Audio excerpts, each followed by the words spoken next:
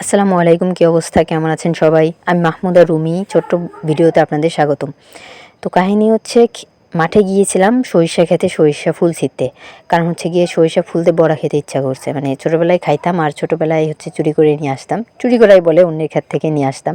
তো সেটাই আবার মনে হলো, এর জন্য সকাল সকাল চলে গেছি। কারণ সকালের কুয়াশার যে নির থাকে, এর জন্য মানে মাঠ পুরা ভিজা থাকে, এজন্য হয়তো হয়তো কি এর জন্য কেউ আসে না কাজে, মানে সকালবেলা কেউ কাজে আসে নাই। তো এটা ভেবে সকাল সকাল গেছি, কেউ থাকবে না, যেয়ে তাড়াতাড়ি কিছু ছিঁড়ে নিয়ে আসতে পারবো।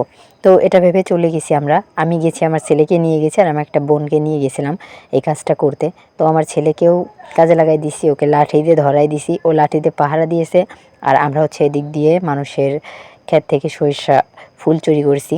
তারপর বাসায় এসে হচ্ছে গিয়ে আগে থেকে ডাল ভিজায় রাখছিলাম, তো সেটা বাটতেছিলাম। কারণ আগে থেকে ডাল ভিজায় রাখলে সেটা বাটতে হচ্ছে কি সহজ হয়, তাড়াতাড়ি বাটা হয়ে যায়।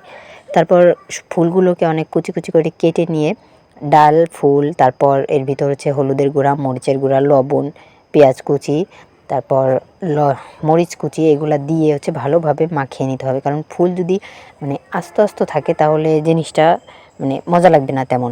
এজন্য ফুলগুলোকে ভালোভাবে মিহিন করতে নিতে হবে, তারপর ডালের সাথে মিশাই দিতে হবে। আমার হচ্ছে গিয়ে ডাল একটু কম হয়ে গেছিলো, এর জন্য হচ্ছে বেশি মিশে নেই। ডাল একটু বেশি হওয়া উচিত ছিল, মানে ভিজাইছিলাম আন্দাজে, এর জন্য একটু কম হয়ে গেছিলো ডাল। তো তারপর হচ্ছে তেল গরম করে তেলের ভিতরে ছেড়ে দিছি। আসলে ছোটোবেলায় যখন মাঠে যাইতাম, ধনিয়া পাতা, মানে এই শীতকালে আর কি, ধনিয়া পাতা, তারপরে সরিষার ফুল, এগুলা নিয়ে আসতাম।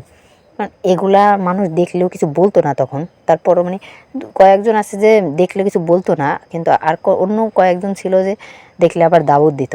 আজকে কপাল ভালো যে কেউ দেখে নাই, এজন্য টুক করে নিয়ে আসছি এবং বড়া বানানো হয়ে গেছে, এবং এটা সবাই মিলে ভাগ করে খেয়ে নিব। তো আপনাদের কাছে কেমন লাগলো কমেন্ট করে জানাবেন, আর কে কে এমন করেন সেটাও বলবেন।